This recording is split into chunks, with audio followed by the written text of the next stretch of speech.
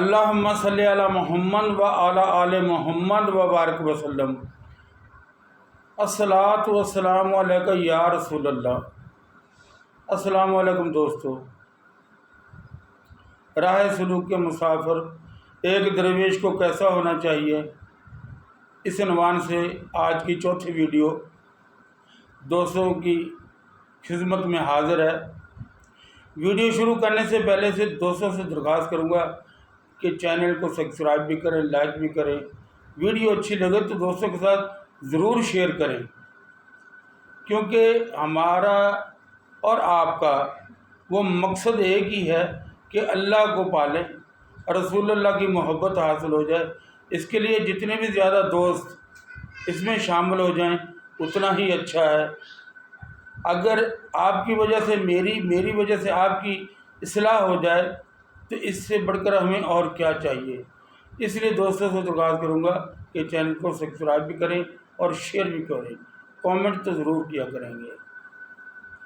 دوستو، آج کا جو میں نے موضوع رکھا ہے وہ درویش کو 6 قسم کے لوگ بالکل بھی نہیں مانتے، اور نہ ہی درویش کو چاہیے کہ اپنے آپ کو ان سے منانے میں اپنی قوت ضائع کرے، کیونکہ ہر انسان اپنے دماغ سے زیادہ نہیں سوچ سکتا۔ آپ درویش ہیں، 6 طرح کے لوگ آپ کو کبھی نہیں مانیں گے، اگر مانیں گے بھی تو اکا دکا، کچھ تو مذاق اڑانے کے لیے بھی آپ کو مانیں گے۔ یہ وہ باتیں ہیں جن میں پچھلے 30 سال سے جس چکی میں پس رہا ہوں، اور اس میں سب کو پسنا پڑتا ہے۔ امام ابو حنیفہ جیسے لوگ اس چکی میں پسے، پیران پیر شیخ عبد القادر جیلانی اس چکی میں پسا، اور بہت سے بزرگان دین ہیں جن کا میں آپ کو گنوا سکتا ہوں نام لے کے ان کے ساتھ کیا کیا ہوا۔ یہ 6 طرح کے کون سے لوگ ہیں جو آپ کو کبھی درویش نہیں مانیں گے؟ آپ کی علمی قابلیت کو، آپ کی عملی قابلیت کو ان پہ کوئی اثر نہیں ہوتا۔ بات ذرا کڑوی ہے لیکن سچی ہے، کرنی تو پڑے گی۔ اس میں سب سے پہلے آئے گی آپ کی اولاد۔ ایک آدھ مان جائے تو شاید مان جائے۔ دوسرے نمبر پہ آئے گی آپ کی بیوی،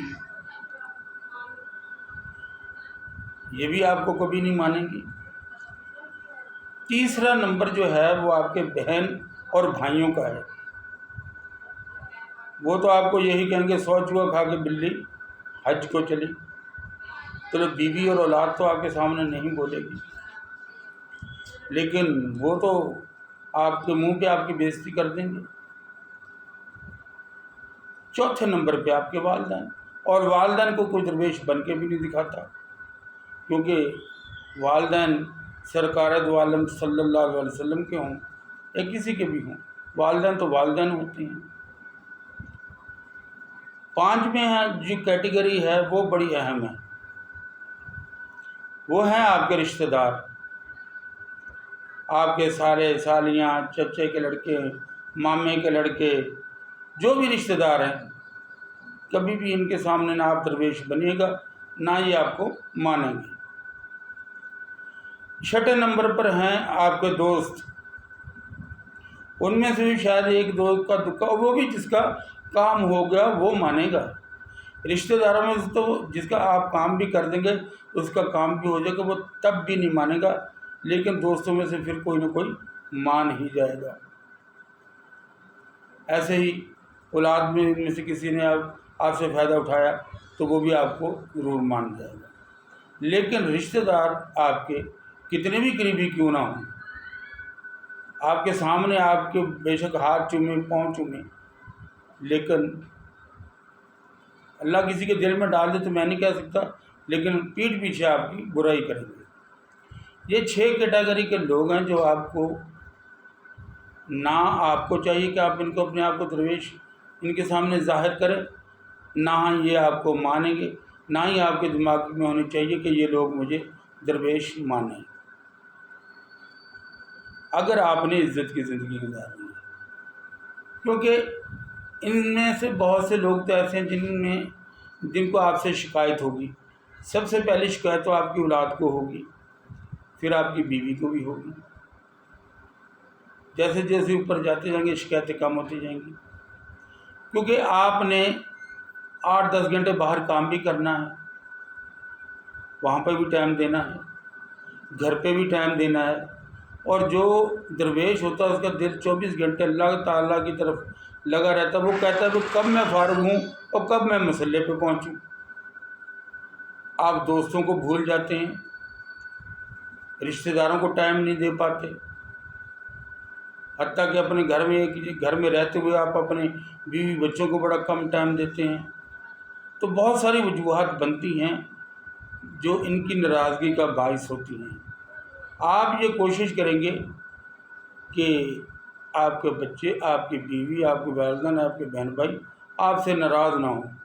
کبھی تلخی میں آ کے آپ کو کوئی بات کہہ بھی دیں تو اس کو اللہ کی رضا کے لیے پی جائیں، خاموش ہو جائیں، اس کا جواب نہ دیں کہ لوگ تو میرے ہاتھ پاؤں چومتے ہیں، یہ لوگ میری عزت ہی نہیں کرتے۔ وہ میں نے آپ کو پہلے بتا دیا کہ لوگ آپ کے ہاتھ بھی چومیں گے، آپ کے پاؤں بھی چومیں گے، آپ کو اپنے گھر میں سب سے بلند مقام پر بٹھائیں گے، خود نچلے والے مقام پر بیٹھیں گے، لیکن یہ سب ان 6 رشتوں میں نہیں چلے گا، کیونکہ یہ 6 رشتے ہے ہی ایسے جو آپ کو سیدھا رکھیں گے۔ یہ بھی بڑی گر کی بات ہے۔ حضرت داتا صاحب کشف المحجوب میں فرماتے ہیں کہ تمہارے دوستوں میں تو ایک دوست ایسا ہونا چاہیے جو لوگوں کے سامنے تمہارے عیب بیان کرے تاکہ تم میں گھمنڈ نہ آ جائے۔ داتا صاحب نے بڑی بات لکھی ہے، یہ بڑی خوبصورت بات لکھی ہے۔ مجھے یہاں سے ایک بات یاد آ گئی کہ میرے پیر و مرشد اللہ تبارک تعالیٰ ان کے درجات بلند کرے، لمحہ و لمحہ، آپ کا ایک دوست تھا جو آپ کے ساتھ بیٹھ کر کھانا بھی کھاتا تھا، چائے بھی پیتا تھا، اور جیسے ہی آپ ادھر ادھر ہوئے آپ کی برائیاں شروع کر دیتا تھا۔ تو میں نے ایک دن غصے میں آ کر اس کا گریبان پکڑ لیا کہ یہ تو کیا کر رہا ہے؟ برداشت کرے تو آدمی کہاں تک کرے؟ میں اپنی بے عزتی تو برداشت کر سکتا ہوں، لیکن اپنے رہبر کی، اپنے مرشد کی تو بے عزتی برداشت نہیں کر سکتا۔ تو میں نے اس کا گریبان پکڑا اور اس کو سنا دی 2-4۔ یہ بات میرے قبلہ پیر حضرت خواجہ فاروق اعظم تک پہنچ گئی۔ آپ نے مجھے بلوایا اور کہنے لگے کہ آج تو نے غلطی کر لی، آئندہ کے لیے ایسی غلطی مت کرنا۔ کوئی ہمیں اچھا کہے، کوئی ہمیں برا کہے، تمہاری صحت پہ اثر نہیں پڑنا چاہیے۔ کیا وہ آپ فرمانے لگے کیا مجھے نہیں معلوم کہ یہ شخص میری برائیاں کرتا لوگوں کے سامنے؟ میں نے کہا جی آپ کو بالکل خبر ہوگی۔